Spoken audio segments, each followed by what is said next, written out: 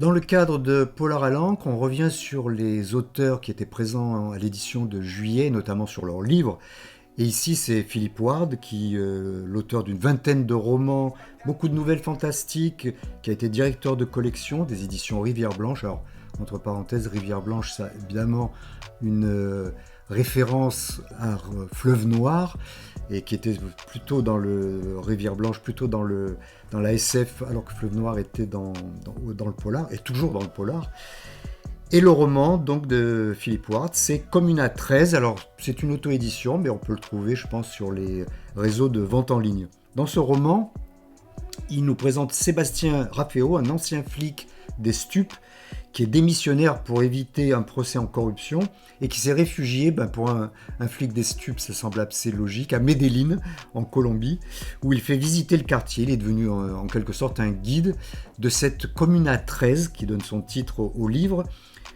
Et pendant que un jour où il fait cette visite, il se voit confier un pendentif par une vieille dame qui lui donne rendez-vous pour le lendemain, pour lui confier un secret. Le lendemain, elle est assassinée et le secret concernait Griselda Blanco, initiatrice de Pablo Escobar et personnage bien réel. Griselda Blanco, c'est un personnage absolument abominable. Si vous faites une recherche, vous allez trouver rapidement que c'est une criminelle endurcie. Elle a plus de 250 morts à son actif. Elle a organisé le trafic de la cocaïne aux États-Unis. Elle a été en prison aux États-Unis. Et elle a été effectivement l'initiatrice de Pablo Escobar. Donc le pendentif qu'on lui a remis à Sébastien, c'est un bijou pré-incaïque qui va le rapprocher de Maribel, la petite fille de la vieille dame, qui est un personnage engagé dans la lutte antifasciste, qui est aussi quelqu'un qui défend les pauvres. Et à cette occasion, on découvre que la défense des pauvres en Colombie, c'est pas un métier de tout repos.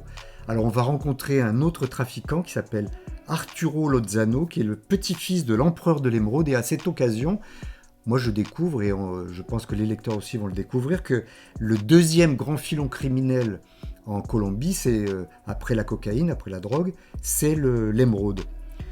L'héritage de Maribel va raviver le mythe aussi de l'Eldorado.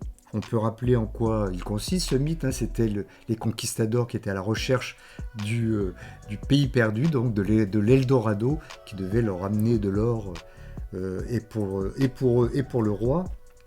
Et à la Salento, on va découvrir chez la grand-mère le Linty, l'idole du soleil d'or. Mais dans cette partie du roman, on bascule dans un autre climat, on passe du polar un peu au roman d'aventure, à la RG. C'est vraiment ce à quoi fait penser le roman dans sa deuxième partie. C'est une fin provisoire d'ailleurs, puisque l'auteur nous promet un nouvel épisode des aventuriers de l'Eldorado perdu, du côté certainement du Pérou peut-être. Alors le point de l'histoire, puisque le thème de Polar à l'encre, c'était polar et histoire. Ici, c'est l'historique sur le narcotrafic de Medellín, la guerre civile colombienne, l'aventure des conquistadors, et puis cette autre période à découvrir dans le prochain polar, qui sera celle du Pérou et de l'Eldorado.